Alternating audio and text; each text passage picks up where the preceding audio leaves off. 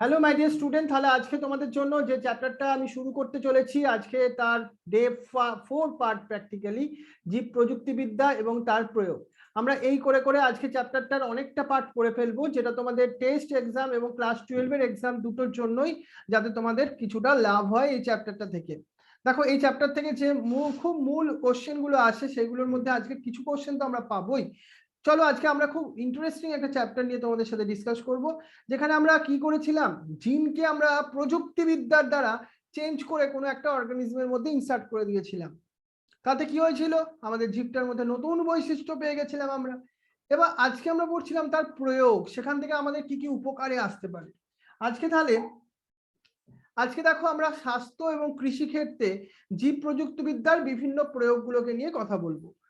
কি কি সেই প্রয়োগগুলো হতে পারে আমি আগেই তোমায় বলে দিচ্ছি, কিন্তু জীব প্রযুক্তিবিদ্যা মানে আমরা সেই তোমার ভালো জিনটাকে, আমি অবশ্যই এক্সাম্পল দিই, তোমার মধ্যে তো খুব ভালো গুণ আছে, সেই ভালো গুণের জিনটাকে নিয়ে আমরা যদি অন্য একটা, সাপোজ তুমি ভাবো একটা ভালো ক্রিকেটারের জিন আছে, একটা ভালো ফুটবলারের জিন আছে, একটা ভালো আর্টিস্টের জিন আছে, একজন ভালো অ্যাক্টিং করে তার জিন আছে, সবই জিনের জন্য তো সবকিছু ক্যারেক্টার।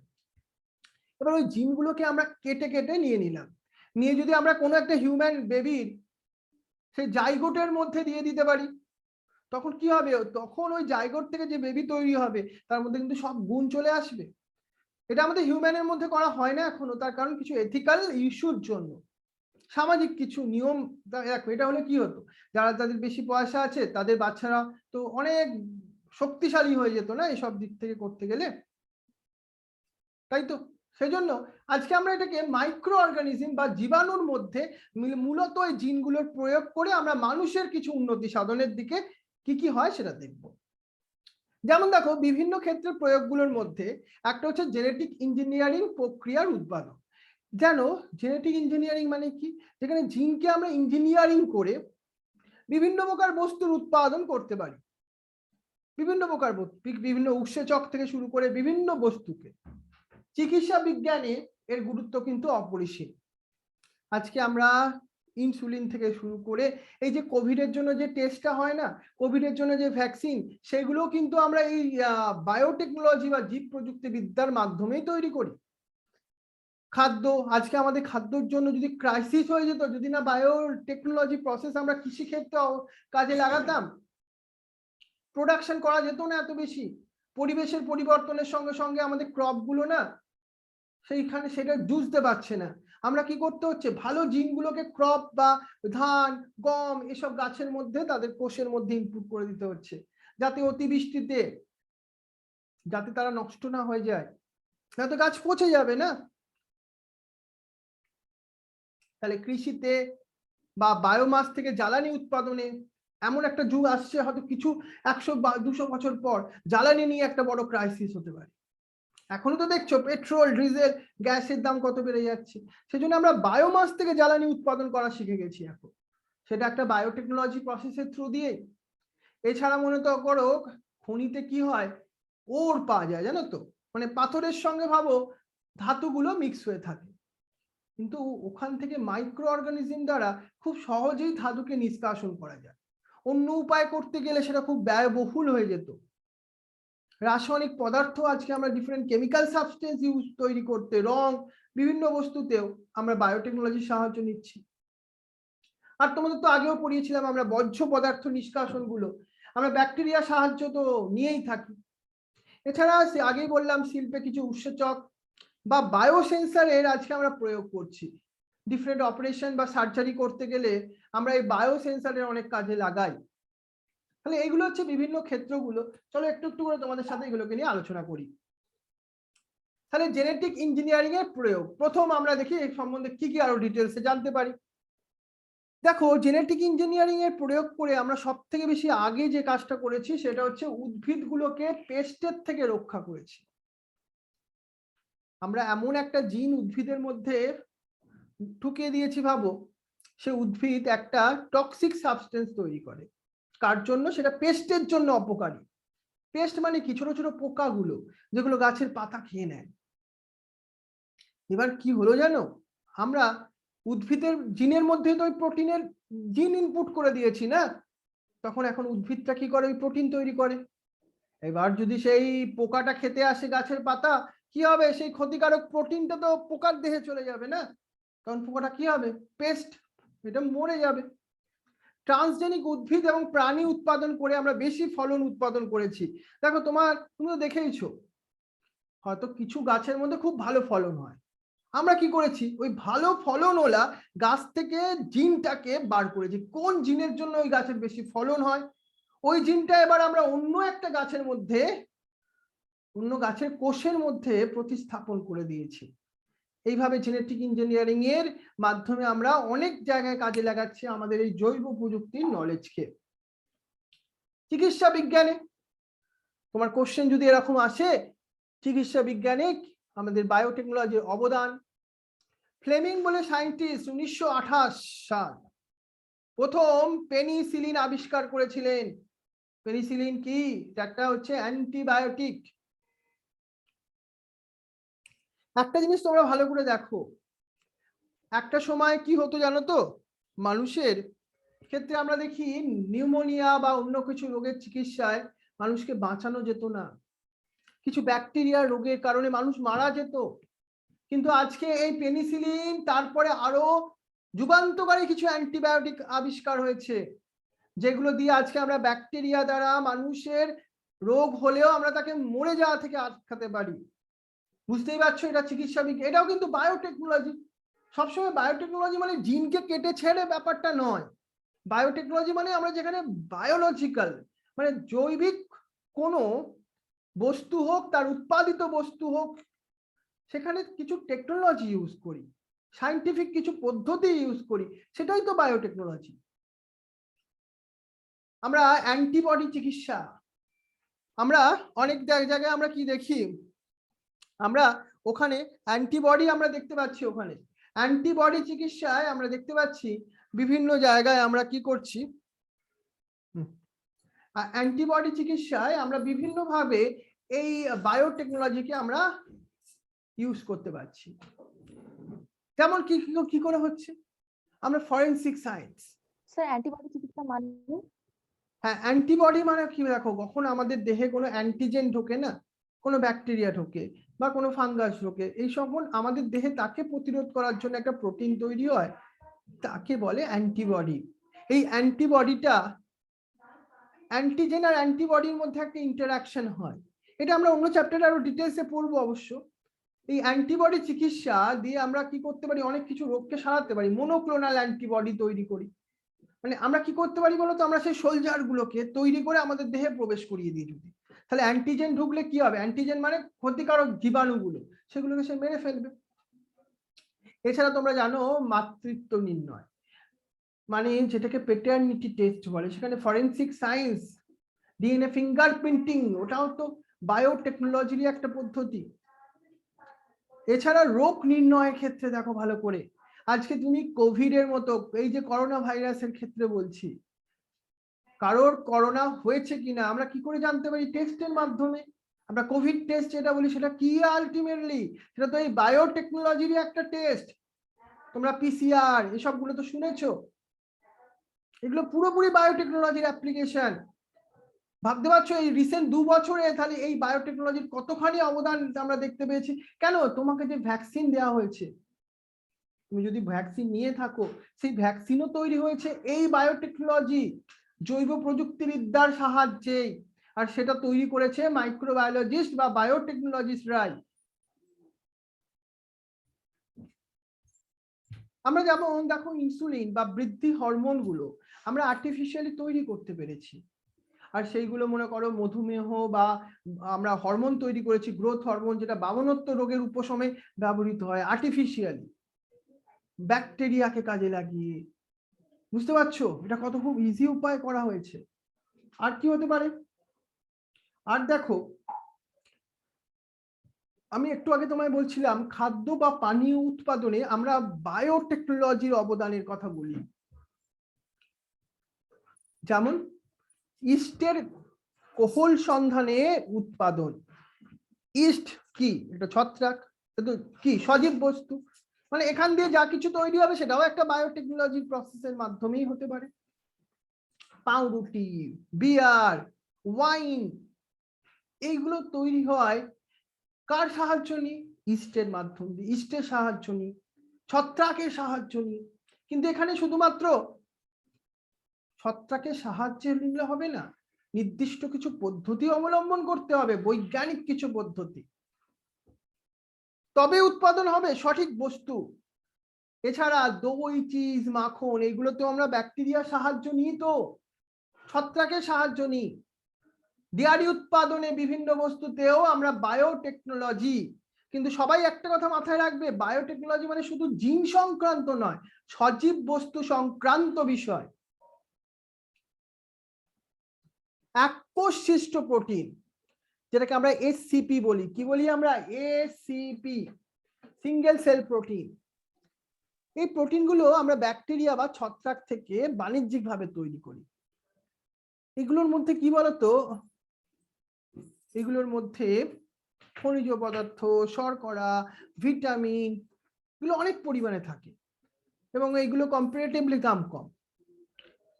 আর যারা আমরা মনে করো নিরামিষ খাই, তাদের ক্ষেত্রে এসসিপি গুলো কি হতে পারে? তোমাকে প্রোটিনের চাহিদাকে মেটাবে। স্পাইরুলিনা, এইসব বস্তুগুলোকে আমরা ইউজ করতে পারি এসসিপির জন্য। So this is the different way যেখানে আমরা বায়োটেকনোলজিকে সাহায্য নেব। বোঝা গেল? খাদ্য এবং পানীয় উৎপাদনে। এবার আমাদের আমরা সব থেকে বড় কার উপর নির্ভরশীল জানো? সেটা হচ্ছে কৃষির ওপর। তুমি বলবে স্যার আমি তো অনেক বড় শিল্পর কথা বলছি। শিল্প না, আমাদের ইন্ডিয়ার মতো দেশ মূলত কৃষির ওপরই নির্ভরশীল। কৃষির ওপরই ম্যাক্সিমাম মানুষ আমরা বেঁচে আছি, কৃষির ওপর। সেজন্য কৃষিতে তো লাগবেই বায়োটেকনোলজির অবদান। কিন্তু কিভাবে? দেখো, জেনেটিক ইঞ্জিনিয়ারিং পদ্ধতিতে আমরা কীটনাশক, আগাছা প্রতিরোধকারী কিছু উদ্ভিদ তৈরি করেছি, ট্রান্সজেনিক উদ্ভিদ তৈরি করেছি, যেগুলোর ফলন অনেক গুণ বেড়ে গেছে। যেমন আমরা ল্যাক্টোব্যাসিলাস ব্যাকটেরিয়ার সাহায্যে আমরা কি করেছি? অবাধ কোহল সন্ধানের ফলে আমরা গবাদি পশুর খাদ্য সিলেজ তৈরি করেছি। এই খাদ্যটা না গবাদি পশুর পক্ষে খুব উপযোগী, খুব নিউট্রিটিভ। নাইট্রোজেন আবদ্ধকরণ। তোমাকে যদি সার দিতে হয়, রাসায়নিক সার, চাষি ভাইয়ের কি হবে? অনেক খরচ হবে। কিন্তু আমরা কি করেছি? মটর, বিন ইত্যাদি উদ্ভিদের মূলে রাইজোবিয়াম ব্যাকটেরিয়া বসবাস করে। তাহলে ওই পদ্ধতিটাকে আমরা অনেক জায়গায় অ্যাপ্লিকেশন করেছি, যাতে নাইট্রোজেন আবদ্ধকরণটা আমরা কি করেছি? চাষি ভাইদের শিখিয়েছি। অল্টারনেট ওয়েতে চাষ করতে হয়। একবার ধান চাষ করো, তারপর একবার মটর বা বিন গাছের চাষ করে নাও। মাটিতে নাইট্রোজেনের পরিমাণ বেড়ে যাবে, সার কম প্রয়োগ করতে হবে।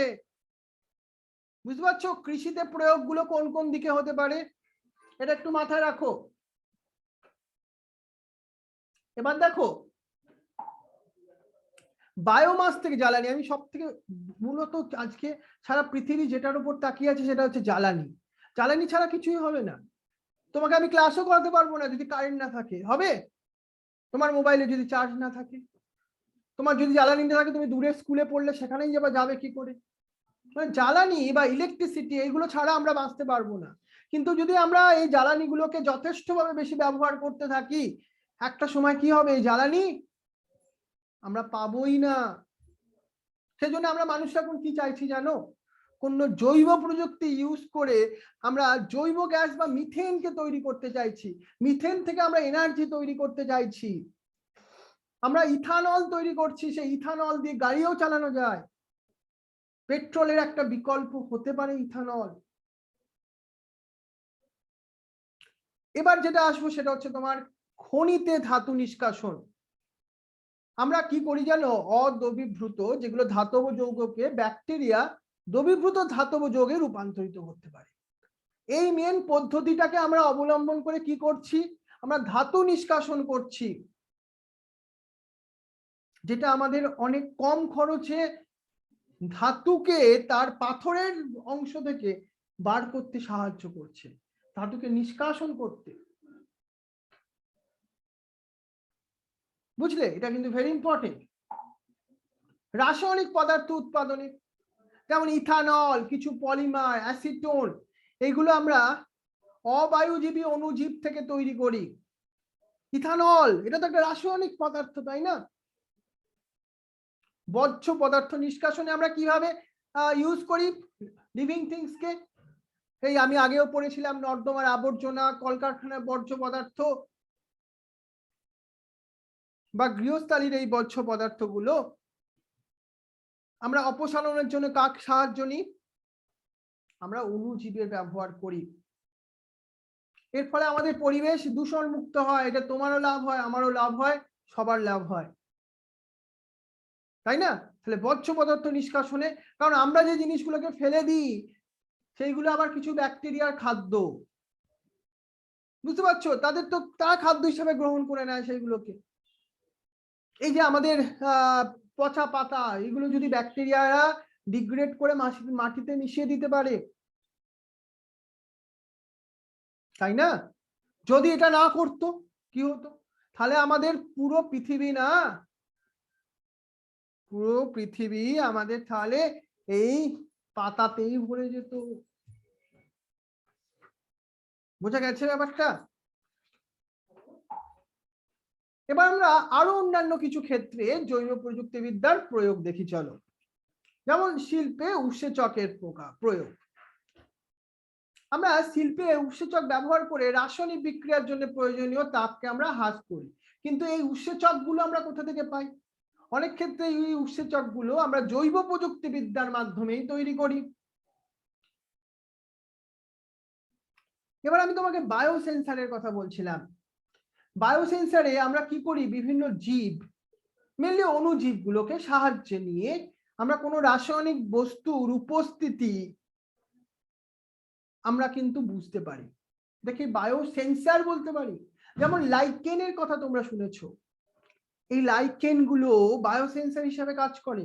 এটা পলিউশন যেখানে হচ্ছে সেখানে গ্রো করে না, বুঝতে পারছো? এটা খুব গুরুত্বপূর্ণ তাহলে, তাই না? হলো তো গুরুত্বপূর্ণ।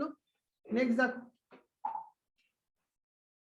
এবার আমরা জীব প্রযুক্তিজাত স্বাস্থ্য সংক্রান্ত কিছু উৎপাদনের কথা বলবো। আজকে আমরা কিছু রিকম্বিনেন্ট রক্তের উপাদান তৈরি করতে পারি। রক্তকে তৈরি করতে পারি না, কিন্তু রক্তের কিছু উপাদান তৈরি করতে পারি। আমরা সাইটোকাইনিনের মতো বস্তু তৈরি করতে পারি, যেটা আমাদের খুব গুরুত্বপূর্ণ আমাদের বডির ডিফেন্সের সঙ্গে, বডির প্রোটেকশনের সঙ্গে। ইনসুলিন, যেটা ডায়াবেটিস পেশেন্টদের অমৃত বলতে পারো, যেটার জন্য ওরা বেঁচে থাকে। আর অনেক মানুষের আমাদের ডায়াবেটিস আছে, তুমি খুঁজলে অনেক, 10 জনের মধ্যে মনে হয় 4 জনের আছে এরকম।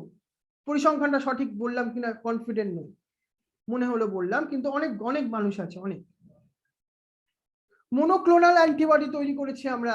জিন থেরাপিতে আমরা এমন কিছু রোগ আগে সারাতে পারতাম না, আজকে সেইগুলোও সারাতে পারি। রোগকে নির্ণয় করার যে ডিফারেন্ট টেকনোলজি গুলো তৈরি করেছি, সেটাও তো বায়োটেকনোলজিরই অবদান। বায়োথেরাপিউটিক্স, যেটা রেডিও লেভেল বায়োথেরাপিউটিক্স ইউজ করে আমরা বিভিন্ন রোগকেও সারাতে পারছি। এগুলো বিভিন্ন প্রয়োগগুলো আমাদের ভালো করে জানতে হবে। দেখো, আমি এবার তোমাকে প্রথমে একটা জিনিস ভালো করে একটু ডিটেলসে বোঝাবার চেষ্টা করি, সেটা হচ্ছে জীব প্রযুক্তিজাত কৃষি সংক্রান্ত উৎপাদন। যেমন বায়োটেকনোলজি আমরা কি করতে পারি? প্রয়োগ করে খাদ্য উৎপাদনগুলোর তাদের ফলন অনেক গুণ বাড়িয়ে দিতে পারছি। যেমন আমরা কি করতে পারি, মনে করো ভুট্টা, সোয়াবিন, আলু, পেঁপে ইত্যাদি বস্তুগুলো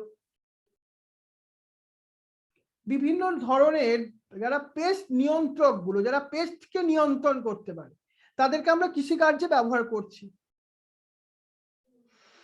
বায়োলজিক্যাল পেস্ট কন্ট্রোল, যেগুলো তুমি মশা মারতে যদি মশার ধূপ ইউজ করো, সেটা পরিবেশের ক্ষতি হয়। এর থেকে তুমি যদি তোমার সারাউন্ডিংস এর, তুমি যেখানে থাকো সেখানে পুকুর আছে, জলা জমি আছে কিছু, ওখানে গাপ্পি মাছ ছেড়ে দাও কিছু, ও মশার লার্ভা গুলো খেয়ে নেবে। এগুলো কিন্তু কি ধরনের? এটা কিন্তু একটা জৈব পদ্ধতি নিয়ন্ত্রক, কিন্তু এরা পরিবেশে কোনো ক্ষতি করে না। উদ্ভিদের বর্জ্য পদার্থগুলো থেকে আমরা ইথানল তৈরি করছি, পড়ে থাকা খড় এসব গুলো থেকে। যেখান থেকে আজকে জ্বালানি তৈরি হচ্ছে। আমরা আণবিক কিছু পদ্ধতিতে রোগ নির্ণয় করতে পারছি। আমি যেটা তোমাকে কোভিড এর কথাই বলছিলাম, এটা ইউজ করতেও আমরা পিসিআর এর ইউজ করি, এলাইজা, এইসব কৌশলগুলো সিরাম, মূত্র, রক্ত, রক্ত থেকেই সিরামটা আসছে, এগুলোকে বিশ্লেষণ করে আমরা কোনো ব্যাকটেরিয়া বা রোগ জীবাণুর উপস্থিতি জানতে পারি। তাহলে এলাইজা এন্ড পিসিআর, এলাইজার full form enzyme linked immunosorbent assay. আবার বলি, enzyme linked immunosorbent assay. PCR তো তোমরা জানোই, পলিমারেজ চেইন রিঅ্যাকশন। এইডস এর মতো রোগকে আমরা আজকে ডিটেক্ট করতে পারি খুব প্রাথমিক পর্যায়ে এই সব কৌশলের জন্য। এছাড়া তোমাদেরকে পড়িয়েছিলাম ডিএনএ ফিঙ্গারপ্রিন্টিং। আমরা জানি প্রতিটি জীবের ডিএনএ এর প্যাটার্ন না বিভিন্ন হয়, কিছু জায়গায় একটু পরিবর্তন আছে, আমরা সেটাকেই কাজে লাগাই।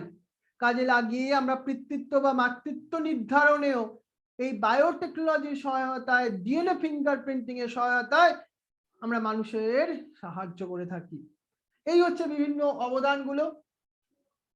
এবার দেখো, রিকম্বিনেন্ট ভ্যাকসিন তৈরি করেছি আমরা, কি জানো সেটা? রিকম্বিনেন্ট ভ্যাকসিন, জেনেটিক ইঞ্জিনিয়ারিং কৌশলের সাহায্যে আমরা কি করছি, বিভিন্ন ভ্যাকসিন উৎপাদন করেছি। এগুলো বলা হয় একদম মডার্ন জেনারেশনের vaccine, recombinant DNA technology use করে। তৃতীয় জেনারেশনের vaccine, modern vaccine, hepatitis B, হার্পিসের মতো রোগের আমরা ভ্যাকসিন আজকে তৈরি করতে পেরেছি, যেগুলো মূলত জেনেটিক বস্তুর উপর নির্ধারিত হয়। রাইট? তোমাদের জন্য এবার যেটা আসবে সেটা তোমাদের টেস্ট এবং উচ্চ মাধ্যমিকের জন্য একটা ভালো কোশ্চেন হতে পারে। সেটা কি? মানুষের ইনসুলিন ও টিকা উৎপাদন এবং জিন থেরাপি, এই তিনটে বিষয়। প্রথমে চলো আমরা ইনসুলিন নিয়ে কথা বলি। ইনসুলিনটা এদের মধ্যে আরো বেশি ইম্পর্টেন্ট। আমরা প্রথমে একটা রিকম্বিনেন্ট ডিএনএ কথা বলি। রিকম্বিনেন্ট ডিএনএ মানে কি? রিকম্বিনেন্ট ডিএনএ মানে আমরা ডিএনএ অণুকে প্রথমে কি করি, ভাঙি, সেই খণ্ডিত ডিএনএর অংশটাকে আমরা অন্য একটা প্লাজমিডের মধ্যে দিয়ে জুড়ে দিই, তখন আমাদের নতুন যে ডিএনএ তৈরি হয় তাকে আমরা রিকম্বিনেন্ট ডিএনএ বলি। আর এই রিকম্বিনেন্ট ডিএনএ হচ্ছে জেনেটিক ইঞ্জিনিয়ারিং বায়োটেকনোলজির একটা গুরুত্বপূর্ণ টপিক।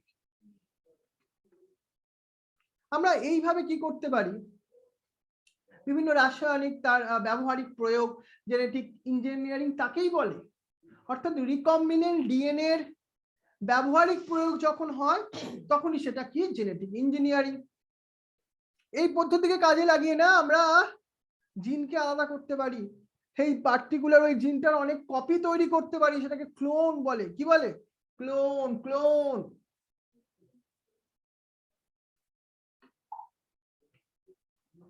মানুষের ইনসুলিন উৎপাদনটা কি করে হয় একটু ভালো করে শুনে নাও। মানুষের ইনসুলিনের জন্য প্রথমে কি করা হয়, ইনসুলিন একটা কি হরমোন, কিন্তু প্রোটিন দিয়ে তৈরি। সেই প্রোটিনের থেকে আমরা প্রথম এমআরএনএ কে বার করি, এমআরএনএ থেকে সিডিএনএ তৈরি করা হয়। মানে ইনসুলিনের সিডিএনএ কে আমরা প্রথমে চিহ্নিত করি, তারপর তাকে রেস্ট্রিকশন এনজাইম দিয়ে পৃথক করা হয়, ছোট ছোট টুকরো করে নেওয়া হয়। তারপর প্লাজমিডের নির্দিষ্ট অংশে আমরা সেটাকেও রেস্ট্রিকশন এন্ডোনিউক্লিয়াস দিয়ে কাটি। তারপর কি হয়, এই প্লাজমিড আর তার মধ্যে ওই ইনসুলিনের জিনটাকে আমরা যুক্ত করে দিই, ইনসুলিনের জিনটাকে যুক্ত করে দিই কার সাহায্য নিয়ে, লাইগেজ এনজাইমের সহায়তায় নিয়ে। এবার এই যে প্লাজমিডটা রিকম্বিনেন্ট প্লাজমিড, এটা এবার আমরা একটা ব্যাকটেরিয়ার মধ্যে প্রবেশ করিয়ে দিলাম। ব্যাকটেরিয়া কি করলো, ব্যাকটেরিয়া এই ইনসুলিন তৈরি করে দিল আমাদের জন্য। এইভাবে আমরা মানুষের ডিএনএ কে ব্যাকটেরিয়ার মধ্যে বা ছত্রাকের মধ্যে, ইস্টের মধ্যে প্রবেশ করিয়ে তাদের থেকেই ইনসুলিন তৈরি করে নিতে পারছি। খুব বড় অবদান না?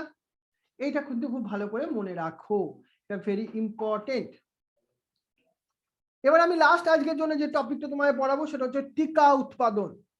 আমি তোমাকে এই কোভিড এর জন্য যে টিকা বলবো সেটাও রিকম্বিনেন্ট ডিএনএ টেকনোলজি থ্রু দিয়ে তৈরি হয়েছে। কিন্তু কিভাবে তৈরি হয় রিকম্বিনেন্ট ডিএনএ টেকনোলজি সাহায্য নিয়ে টিকা উৎপাদন?